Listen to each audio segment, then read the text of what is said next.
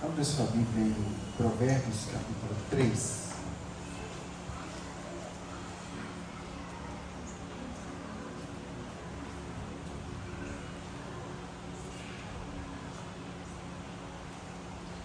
Foi muito especial para mim receber essa palavra, para compartilhar.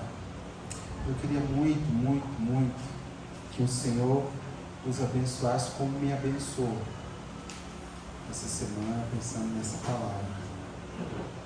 Provérbios capítulo 3, versículos 5 e 6.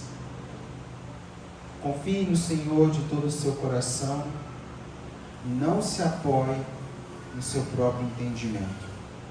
Reconheça o Senhor em todos os seus caminhos, e Ele endireitará as suas veredas. Reconheça o Senhor em todos os seus caminhos, e Ele endireitará as suas veredas. Meus irmãos, hoje nós iremos iniciar uma série ou uma conversa sobre o centro da vontade de Deus.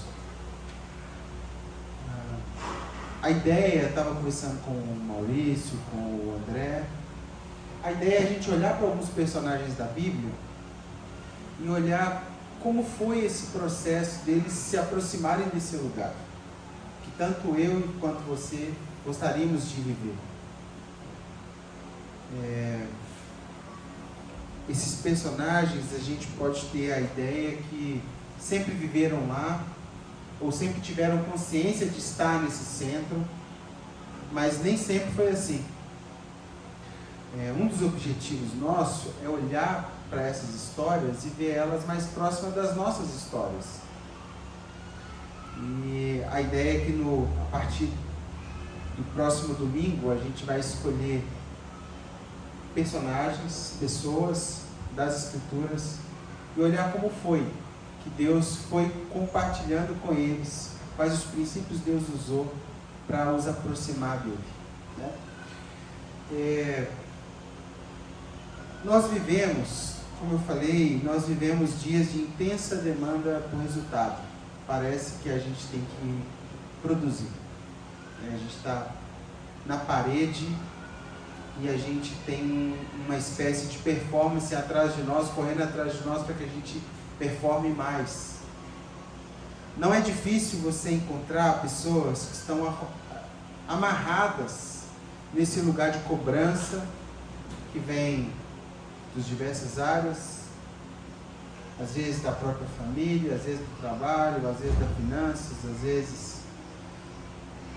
de várias fontes que nos pressionam a resultado. Você é o que você produz. E uma das mais vorazes dessas forças que eu acho é a mídia, né? A mídia social hoje, a rapidez das nossas telas, né? A forma como a gente vê a vida do outro ali em segundos. A gente vê que o Maurício, nossa, como deve ser bom ter uma filha bonita assim. A gente vê o outro, nossa, que coisa legal. Não, esse consegue fazer. Parece que a gente perdeu o bonde, que está todo mundo alcançando o que quer, o que deseja, que todo mundo tem uma vida linda e que a gente caiu do bonde e perdemos o processo. Parece que a gente em muitos momentos está perdido,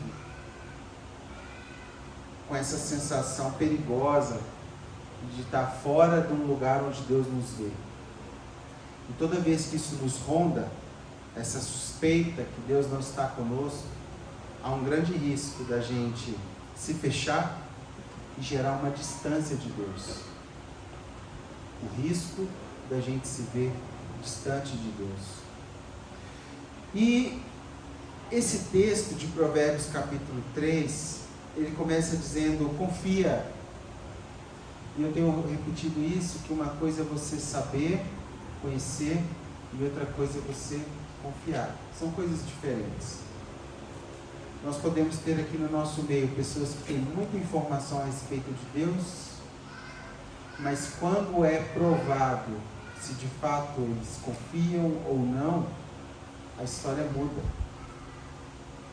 O que vale não é o quanto você sabe ou conhece, porque Satanás também sabe e conhece, mas o quanto você confia.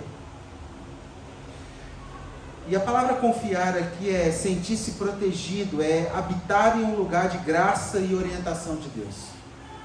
Estar dentro de um lugar onde Deus consegue, com a sua graça e misericórdia, te alcançar com instrução.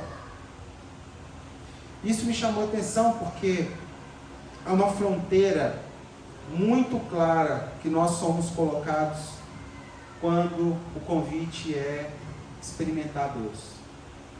Saber se de fato estamos com Ele. Aquele texto que diz provai e vede, né? Experimente, faça prova, a ideia é essa, provai, faça prova e confirme se você está realmente em Deus. É um desafio para nós. Isso me fez lembrar de uma história, a história de Juízes capítulo 7. Não precisa abrir, Não, vamos abrir, Juízes capítulo 7, é bom. Juízes capítulo 7, a história de Gideão.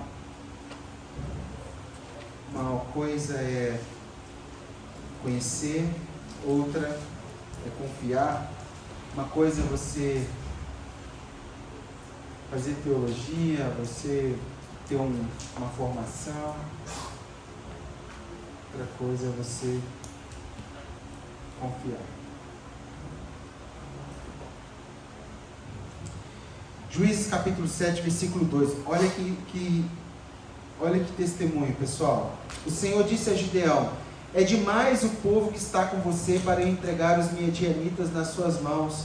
Israel poderia se gloriar contra mim, dizendo: a minha própria mão me livrou.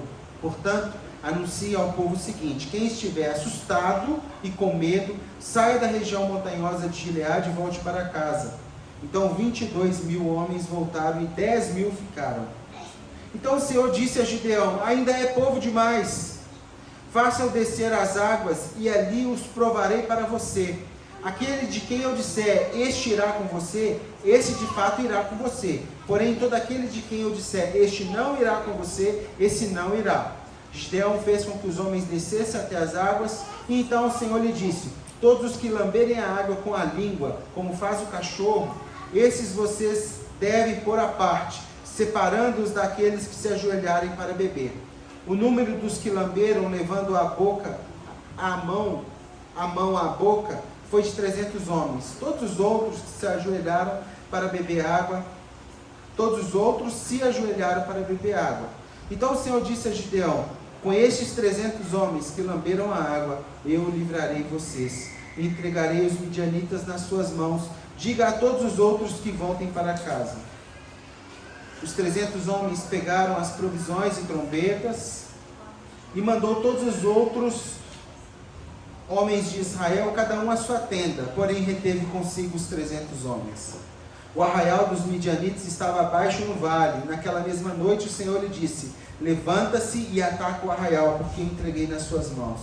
Se você ainda estiver com medo de atacar, desça ao arraial com seu ajudante Pura, e ouça o que eles dizem. Então você ganhará coragem e atacará o arraial. A história aqui é o seguinte: Gideão tinha um exército de 32.000 homens. E dizem que os midianitas tinham um exército de 100.000 homens. Então Gideão já estava em desvantagem. Gideão já tinha 1/3 do seu adversário. E Deus olhou e falou o seguinte: é gente demais. Mas como assim, Deus? Eu tenho 1/3 do meu inimigo e eu tenho gente demais? Sim, se você ganhar essa batalha, sim, você pode achar que foi a sua mão que ganhou. Eu tenho que dificultar um pouquinho mais. Eu preciso quebrar seu braço para você entender isso. E aí Deus, numa lapada só, tira 22.000 homens. Aqueles que estavam com medo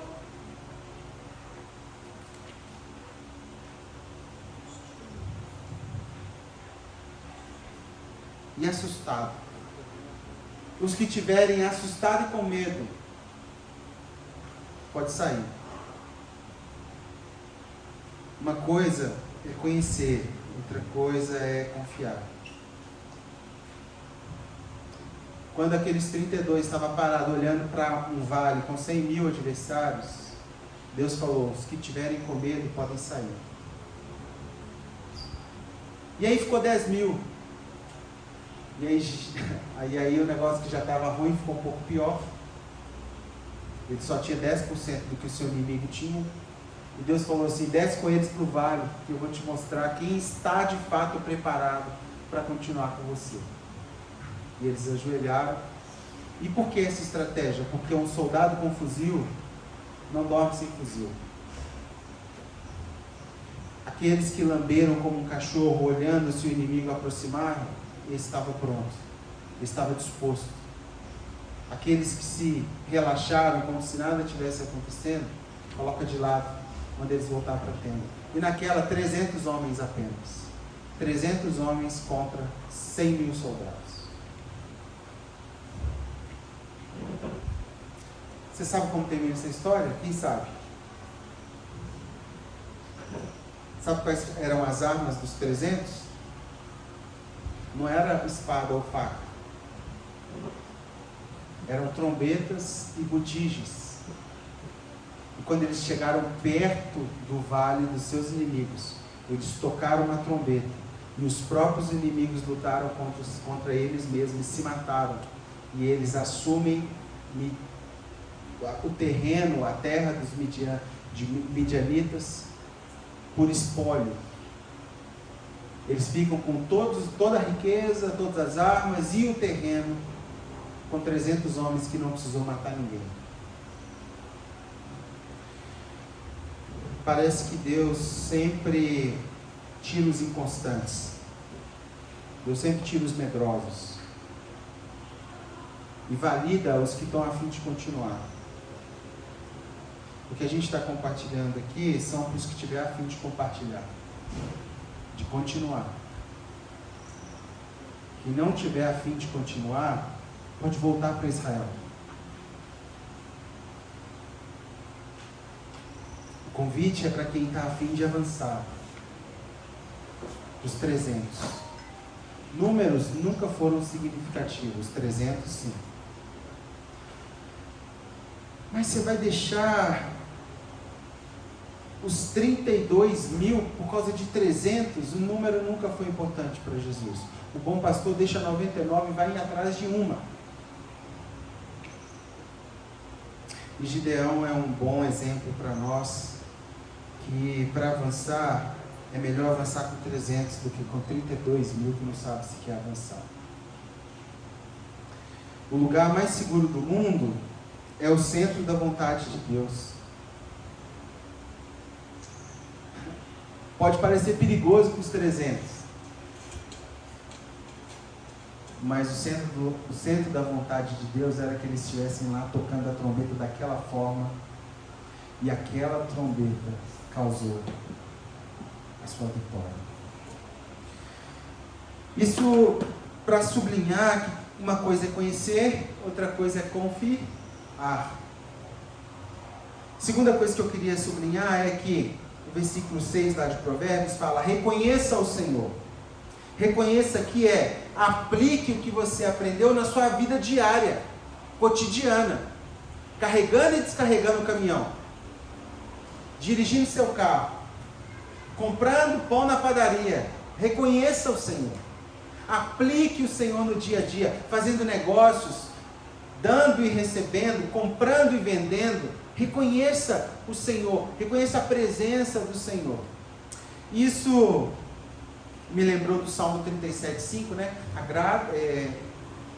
Entregue o teu caminho ao Senhor, confia nele e o mais ele fará. É uma perspectiva de confiança, é uma continuidade. E quando eu penso em centro da vontade de Deus, pessoal, o que eu quero dizer com isso? Primeira coisa, eu quero dizer que quando falo sobre o centro da vontade de Deus, eu não quero dizer sobre um lugar específico, mas um estado de obediência. O centro da vontade de Deus não é um lugar onde você chega, é um estado de como você vive. Ah, eu quero o centro da vontade de Deus. Onde que ele fica? Para lá. E aí você caminha para ele. Não é um lugar, é um estado de obediência. E nosso problema, talvez ele está mais na falta. Nosso problema não é tanto a falta de conhecimento, mas a falta de obediência ao que a gente já sabe. Nosso problema não é a falta de conhecimento, mas é a falta de obediência ao que a gente já conhece. Tem pessoas que acham que Deus falou com Abraão ontem sobre sai da tua terra e da tua parentela, e amanhã ele dá Isaac. A gente tem essa ideia que as coisas são rápidas, que as coisas são automáticas.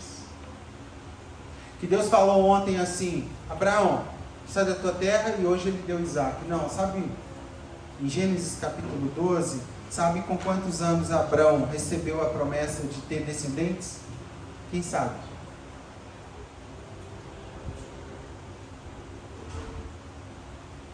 75 anos.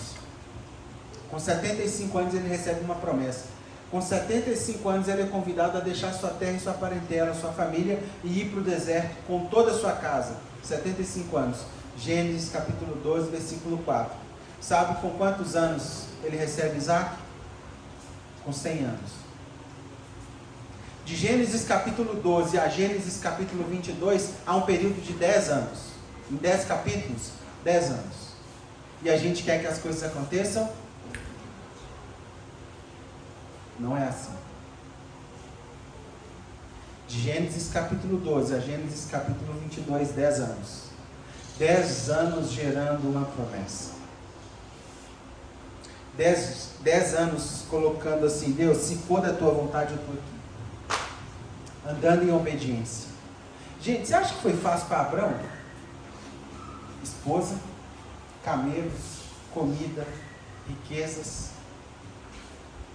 primos, sobrinhos, andando no deserto, até achar uma terra, até ter um filho. E aí Isaac nasce, cresce, e tem que esperar Isaac ficar na estatura de adulto para ter mais filhos. Então assim, se o centro da vontade de Deus fosse um lugar, qual seria o lugar de Abraão? Por isso que eu digo que não é um lugar, é um estado de obediência. Abraão obedeceu. É essa a ordem? Hoje eu obedeço. A ordem de Deus amanhã eu obedeço. A ordem de Deus depois de amanhã eu vivo em obediência, seja com 1, com 10, com 50, com 1000, eu obedeço. No tempo dele eu posso experimentar aquilo que ele me prometeu. Então a primeira coisa que eu quero dizer é que quando falo sobre o centro da vontade de Deus, isso não é um lugar, mas um estado de obediência. Segunda coisa, quando eu falo sobre o centro da vontade de Deus, eu não quero dizer de um lugar ou de um estado passivo, onde você dá a desculpa assim: estou esperando em Deus. Não que você não deva esperar das mãos de Deus, mas a gente pode usar isso como desculpa, transferindo para Deus aquilo que a gente deveria fazer. Transferindo para Deus coisas que no fundo a gente não tem coragem de fazer. Transferindo para que Ele venha.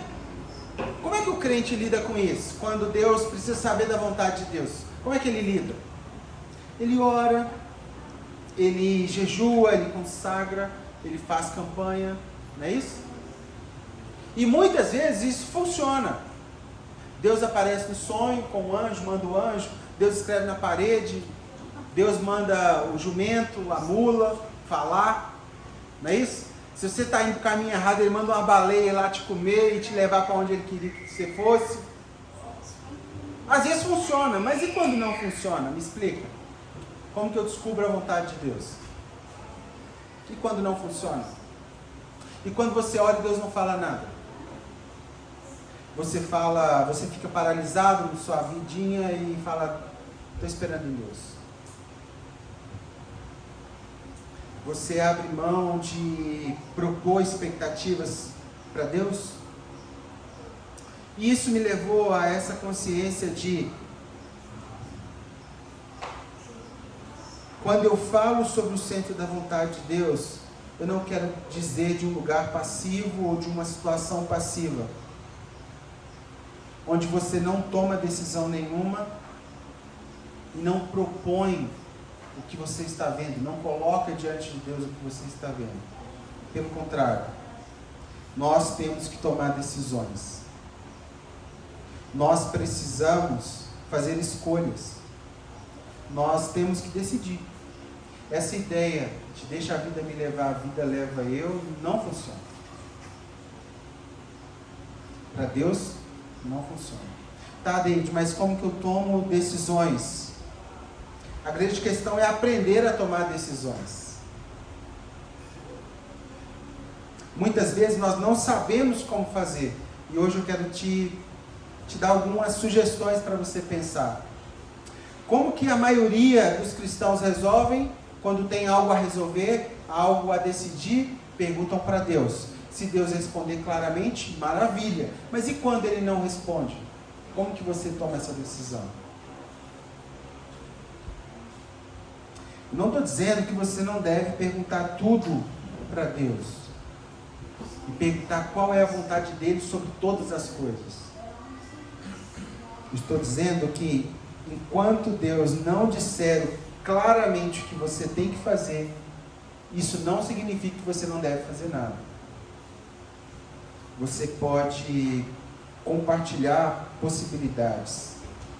Você pode avaliar portas que você está vendo, caminhos que você deseja e assumir o risco. Se a intenção do seu coração for boa, se você estiver seguindo princípios e mandamentos, se você mesmo assim encontrar um caminho que a rota está errada, você acha que Deus não iria lá e te falar, não é por aí, é por aqui? Se a sua intenção é boa.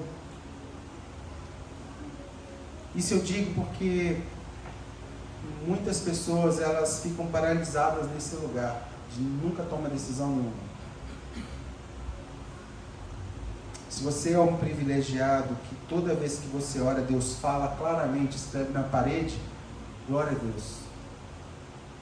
Mas se você também sofre com os momentos onde você não consegue ouvir claramente o que Deus diz, aprenda a tomar decisões. E como que eu tomo decisões? Primeira, eu obedeço princípios e mandamentos. Eu não vou quebrar isso. Deus não falou claramente, eu quero o centro da vontade dele na minha vida. Eu não quebro princípios e mandamentos. Vamos olhar como Paulo fez isso? Abre lá comigo, Atos capítulo 16. Atos 16. Entendi, mas que doideira que você está falando. Vamos ver se funcionou na vida do Paulo. Paulo apóstolo, né? Plantador de igreja. Olha como Paulo agia quando precisava tomar decisões.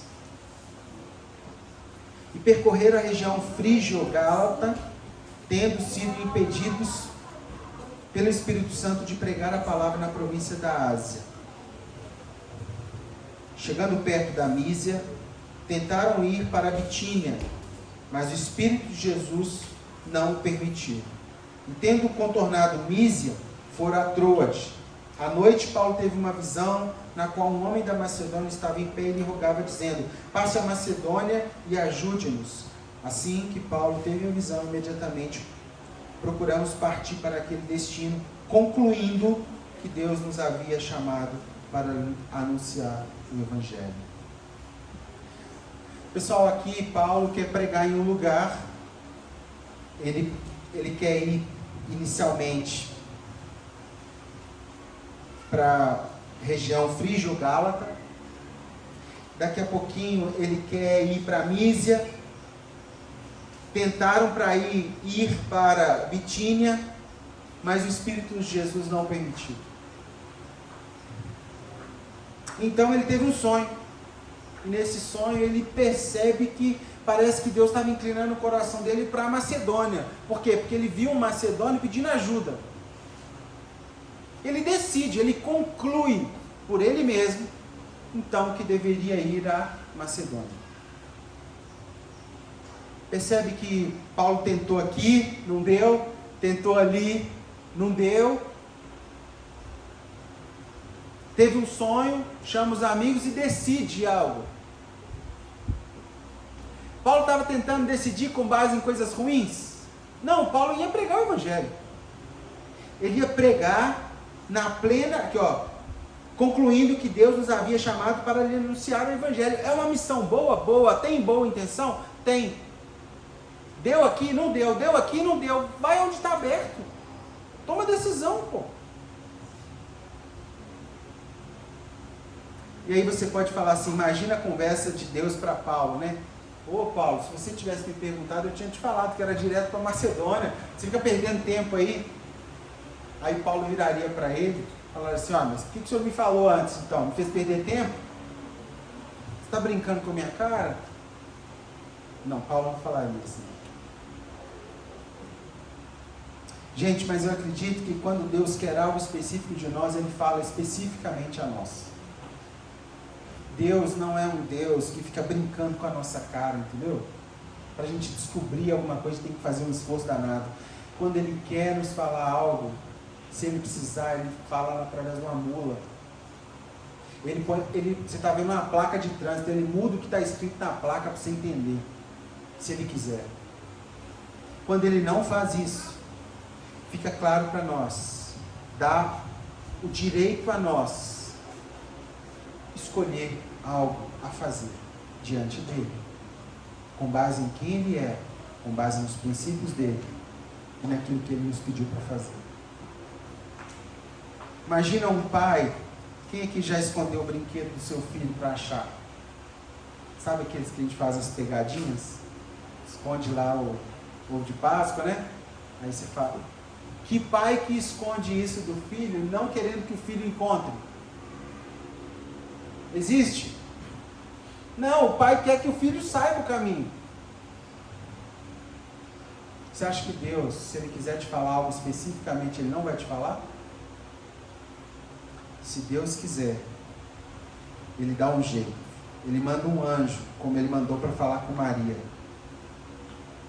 José teve dúvida, Ele mandou outro anjo. O profeta lá precisou de uma mula, porque gente não servia não. Ele se achava maior do que todas as pessoas, ele precisava de uma mula. Deus mandou. O outro profeta se achava mais consciente de quem Deus era do que o próprio Deus. Deus mandou ele para Nínive, ele foi para Tarsis. É isso? Deus mandou uma baleia lá, falando, então vai para o hotel, pra você pensar. Quando Deus não fala claramente o que Ele quer a nós, nós estamos livres para fazer o que nós entendemos de fazer, respeitando princípios e mandamentos do Senhor. Bate numa porta, não deu, bate em outra, não deu, bate em outra, com a consciência que você está ali para pregar o Evangelho, para anunciar quem Ele é. Romanos capítulo 15, olha em outro momento o que Paulo faz. Romanos capítulo 15. Versículo 22. Romanos 15, 22.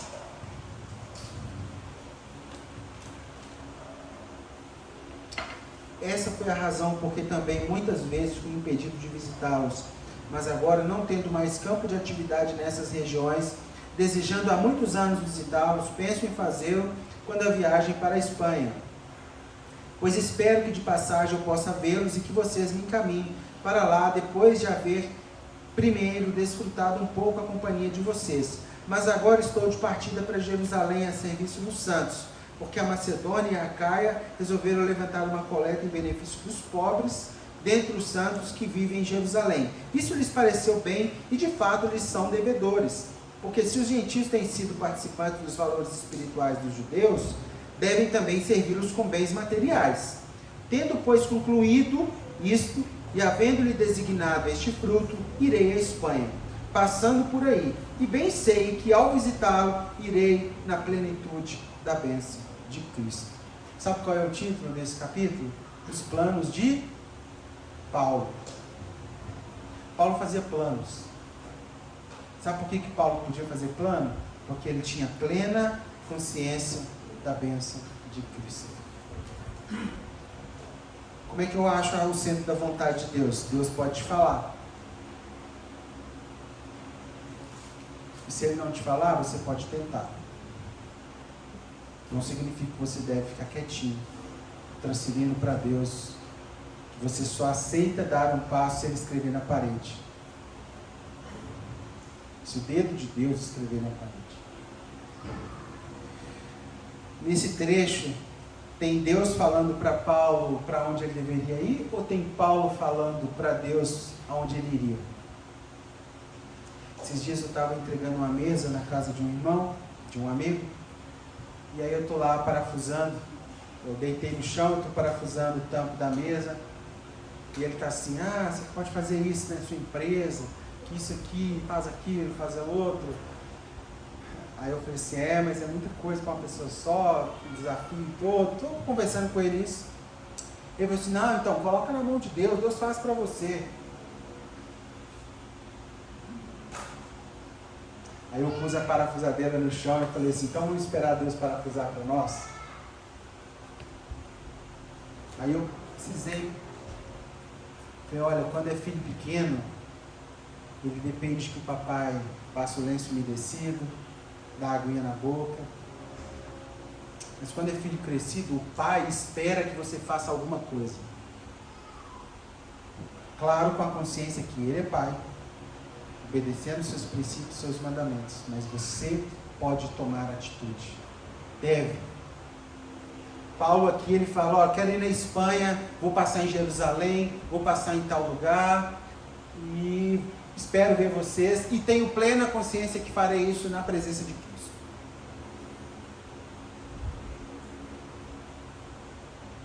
Por último, 2 Coríntios capítulo 2, mais uma lição do apóstolo Paulo para nós.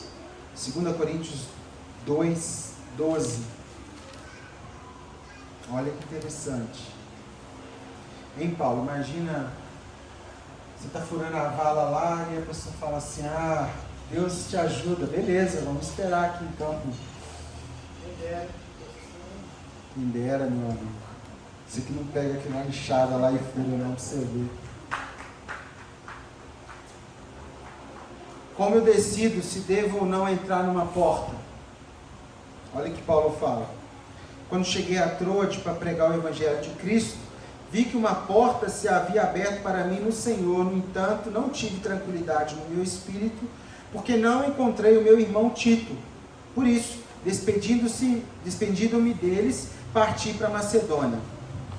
Graças, porém, a Deus que em Cristo sempre nos conduz em triunfo.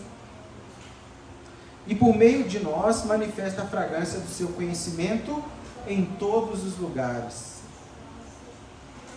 Olha só que doideira. Paulo chega em Troade para pregar. Vê uma porta aberta do Senhor. O Senhor abriu uma porta para ele. O Senhor falou assim, Paulo, você quer pregar aqui? Está aberta a porta, pode vir. Paulo entra e fala, não me sinto confortável aqui. Meu espírito não está bem aqui. Você pode falar, mas foi o Senhor que abriu essa porta. Como que ele não sente tranquilidade no espírito? Sabe por quê? Porque Paulo tinha prioridades e pessoas vinham antes de coisas. Ele chega lá e não vê Tito. E ele marcou com Tito de se encontrar com ele lá. Se Tito não chegou, alguma coisa aconteceu com Tito. Mesmo que seja uma porta aberta pelo Senhor, pessoas são mais importantes que coisas. Eu vou atrás de Tito. E graças a Deus, que Deus sempre nos conduz em triunfo e que onde eu for eu sou fragrância do perfume de Cristo. O cara podia olhar e falar, cara, você está desviado. essa porta para pregar para 50 mil pessoas, você vai atrás de uma pessoa só? É isso mesmo. Porque entre coisas, ações ali e pessoas, é o título. Então, como que eu decido se eu devo ou não entrar numa porta? Primeiro, respeite valores. Não força a maçaneta não, querido. Eu vi gente forçando a maçaneta e a maçaneta quebrou e trancou ele lá de fora. E agora ele está preso. Se você vai ter que passar em cima de alguém, fraudar alguém, tornar ilícito algo que você vai fazer para chegar em algum lugar, não força a maçaneta não. Que a maçaneta pode quebrar e você se trancar do lado de fora. Se você vai precisar manipular pessoas, se você vai vender o que você crê, se você vai precisar ser falso, pense. Cuidado. Respeite valores. Segundo, não sacrifique a sua consciência diante de Deus. Não, eu entendi de fazer isso e é a minha consciência. Que vale é o que eu penso. É melhor você não ter do que você ter do jeito errado. Cuidado com o preço que você pode pagar para ter o que o seu eu quer que você tenha. Como a Rebeca falou, o nosso eu só aumenta de prioridades. Terceiro ponto, tenha prioridades. Para Paulo, Tito era mais importante do que a missão. Uma pessoa era mais importante do que um culto.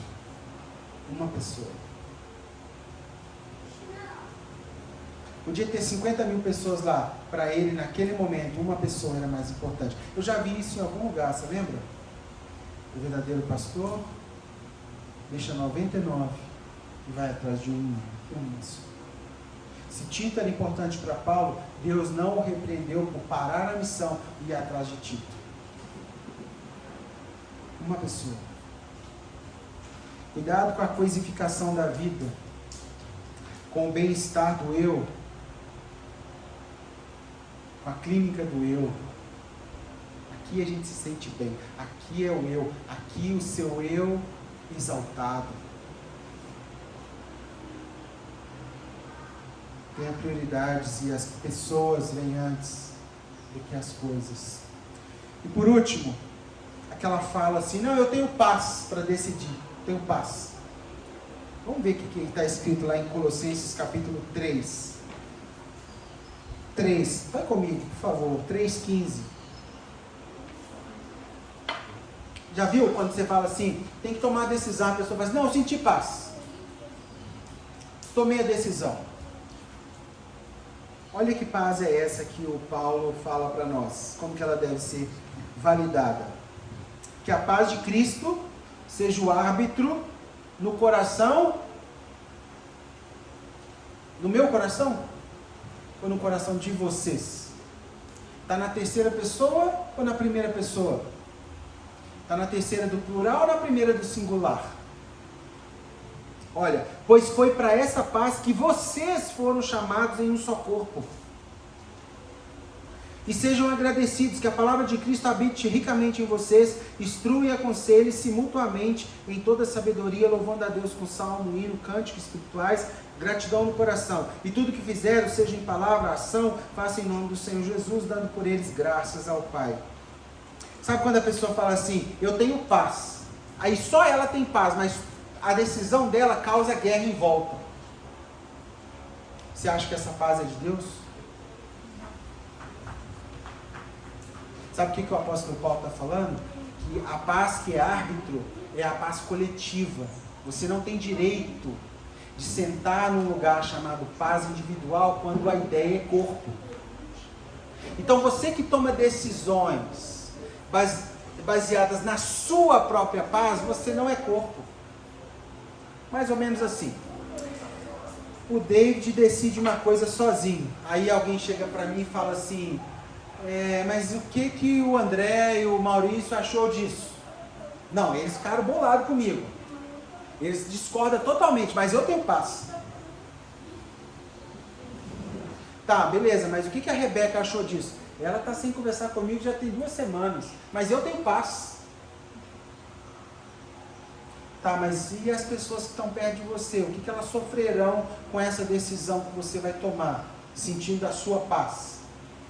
Gente, não existe paz pessoal na perspectiva de decisões coletivas. Quando Paulo vai falar isso em Colossenses, ele fala assim, olha, a paz de Cristo seja um árbitro no coração de vocês, não é de você, de vocês, pois foi para essa paz que nós fomos chamados em um só corpo. Entende isso? Então, como que você toma decisão? Você fala assim, poxa, a decisão que eu vou tomar vai afetar alguém à minha volta? Eu sou parte de um exemplo, tá? Se você cortar um dos dedinhos, vai doer na outra mão? Será que o resto do seu corpo, ao cortar o dedo, sente dor? Sente. Seria possível a minha mão decidir algo contra ela ou a favor dela e que não se refletisse no resto do meu corpo? Como que eu posso dizer que o que eu decido, eu senti paz e o que importa é a minha paz, se a minha decisão afeta o corpo? Entende isso? Então, como que eu decido se devo ou não entrar por uma porta? Eu respeito valores, eu não sacrifico a minha consciência diante de Deus, eu tenho prioridades e pessoas são prioridades, e eu tenho paz no espírito coletivo. A minha esposa aprovou? Os meus amigos, as pessoas que estão perto de mim, acham que é um bom caminho? Eu busquei conselho com os anciãos, eles me aprovam nisso? Que bênção! Eu estou em paz agora. Sabe por quê? Porque a minha paz é coletiva. Eu tenho apoio da minha esposa, eu tenho apoio dos meus amigos, eu tenho apoio dos meus irmãos, e não vai cometer dano coletivo. Ah não, aquela paz que é só sua e ninguém está vendo, duvide. Duvide que isso não é paz. Isso pode ser ego. Eu inflamado. Ego. Quero encerrar com o Salmo 23. Gente, vai ser uma série, não sei quantas semanas ela vai durar, mas vai ser uma série assim. A gente vai pegar lá, Adão. O que era centro da vontade de Deus para Adão? O que era... Eu vou pensar aqui, o que era centro da vontade de Deus para Noé, gente? Construir um barco sem nunca ter chovido, cara. Quantos anos ele demorou mesmo para construir? 100 anos?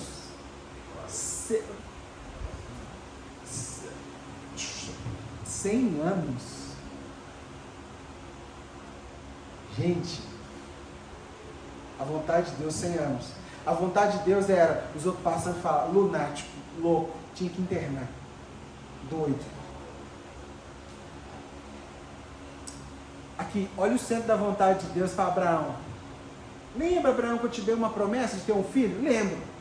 Te dei, não deu? Deu, Isaac, maravilhoso, 19 aninhos. Pois é, agora a ideia é o seguinte, sobe um monte e oferece ele em sacrifício para mim.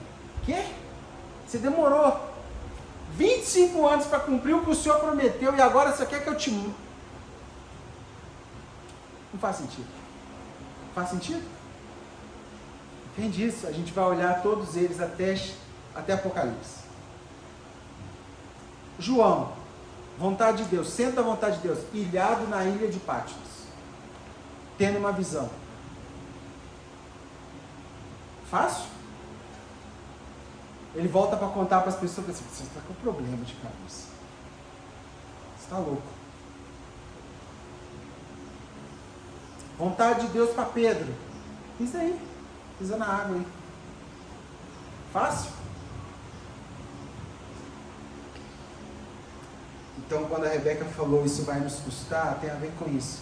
O centro da vontade de Deus vai custar de nós obediência. Respeitar princípios, não sacrificar nossa consciência, ter pessoas como prioridades, ter paz no espírito coletivo. Eu não penso só em mim, eu penso em nós. Eu poderia tomar decisões por mim, pela minha família, pelos meus filhos apenas. Não, eu tenho que pensar em nós, porque a nossa paz é coletiva. Salmo 23, todo mundo conhece esse salmo de cor, né, amor? Só o finalzinho, versículo 6, 23, 6. Bondade e misericórdia certamente me seguirão todos os dias da minha vida, e habitarei na casa do Senhor para todo sempre. Sabe o que é lindo? Quando seu coração tem esse temor, você encontra uma certeza da bondade e misericórdia te seguindo todos os dias. E quando você dá uma vacilada, sabe quando você pega um caminho assim meio... Sabe o que ele faz? Ele manda a bondade e a misericórdia lá te buscar. E ele manda a bondade te falar, oh, eu sou bom e você foi ruim. Ele manda a misericórdia assim, eu podia te matar, mas eu vou te perdoar. Você está fazendo errado. Volta. Quando você toma uma decisão sem pensar no nós, você corre o risco de um dia se ver só como eu. E aí você está sozinho num vale de osso seco. E Deus precisa te dar uma visão que você não é sozinho.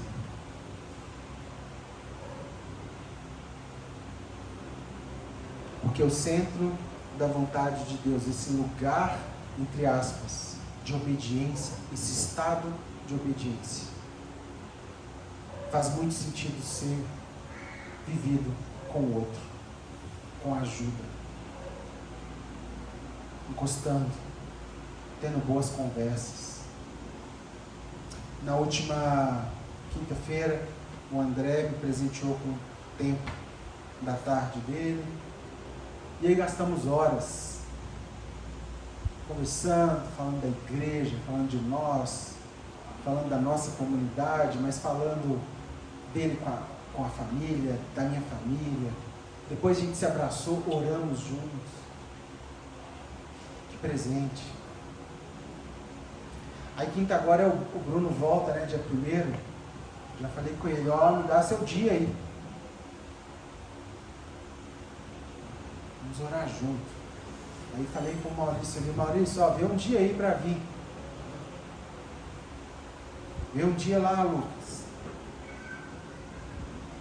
Vê um dia lá, Diego, para o caminhão mais cedo. O frete era 100, o cara pagou 10 mil. Eu falei, hoje eu não vou trabalhar mais não. Aí vem aqui, para aqui na pau, vamos tomar um cafezinho. Né?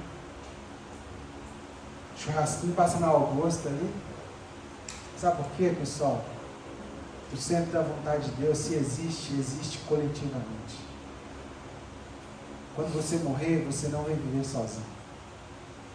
Não adianta você dar certo sozinho, porque o máximo que você pode conseguir de dar certo é em Cristo, e em Cristo você não é sozinho. Você é junto. Por isso que quando somos corpo, essa paz, ela é coletiva. Ela depende da coletividade. E a bondade e misericórdia do Senhor nos alcança. Certamente nos seguirá todos os dias. Deus, você deve colocar seus pedidos diante de Deus? Sim. Você deve falar tudo para Deus? Sim. Antes de casar, né? Eu brincava assim, Deus, você vai ter que me ajudar lá na núpcias. Aí o Júlio brincava assim, mas até isso eu tenho que falar para ele? Eu falei, claro, ué. Por que não? E aí, pessoal? Vou contar, né? Quando fui para minhas núpcias, parecia que o Espírito Santo estava lá. Estou aqui com você. Porque a bondade e misericórdia dele nos seguirão todos os dias. Ainda que eu ande pelo vale da sombra da morte, Esses dias, com tantos acidentes de caminhão, né, eu tirei um tempinho para orar pelos caminhoneiros, os da comunidade. Meu pai é um deles também, mas o Diego, quem pega o trânsito igual a gente que fica aí, Paulo, anel rodoviário toda hora. Cara, que perigo, que perigo. Orar pelos motoqueiros. Paulo agora é motoqueiro também, gente. Mas que perigo, né? Deu umas semanas aí que acidente de caminhão era um atrás do outro. Foi um assim, um atrás do outro, só acidente feio. Meu Deus, a sua bondade e misericórdia tem que seguir esse pessoal. Bondade e misericórdia nos seguirão todos os dias. Ainda que eu ande pelo vale, não significa que você não vai andar pelo vale, você pode até andar, mas ainda que eu ande pelo vale da sombra da morte, o mal, que é perder a vida em Deus, não vai me alcançar. Ele me sustenta. E aquilo que eu achava que era inimigo contra mim, Ele prepara uma mesa diante deles e fala: Ele é meu filho, Ele pode sentar aqui. A cadeira do meu filho está aqui. Você acha que um pai, ao colocar na mesa de almoço, esquece do prato de um filho?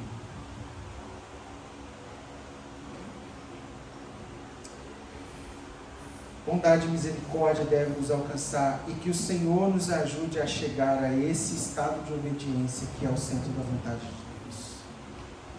Qual que é o centro da vontade de Deus para a minha vida, Senhor? Me diga, me fale, revele. Se o Senhor não me revelar, eu vou tentar. Eu, respeitando esses princípios, eu vou dar um passo. Eu vou ter iniciativa. Eu não vou depender apenas do milagre. Eu vou tentar, eu vou bater uma porta, eu bato em outra, eu bato em outra. Eu quero, eu vou, eu posso. Porque eu confio no Senhor. E eu sei aonde a planta dos meus pés chegar, o bom perfume de Cristo chega comigo. Os valores e princípios de Deus chegam comigo. E o seu nome será grande naquele lugar. É isso que eu quero viver para mim. E é isso que eu desejo para você viver nesse ano. Amém? Vamos orar? Pai, obrigado por essa manhã. E pedimos que o Senhor nos ajude a tomar boas decisões. A continuar com os ouvidos abertos a ouvir a Tua voz. A Tua fala. A Tua direção. O Teu caminho para nós. Quando isso não for de forma óbvia, que nós possamos tomar boas decisões, que a gente possa se amparar nos seus princípios e valores, que a gente possa não negar a nossa consciência diante de Deus, e entre o meu eu e pessoas, eu escolho pessoas, entre a minha vontade, a vontade do meu ego, aquilo que é melhor para mim, eu penso coletivamente, eu penso na paz e no impacto das minhas decisões coletivamente. Nos ajuda, Senhor. Nos ajude a ter a consciência que onde a planta dos nossos pés são colocadas, o Senhor chega junto. O Teu bom perfume chega junto. Nos ensina como os filhos, bons filhos, a tomar boas decisões para a honra e glória do Teu nome.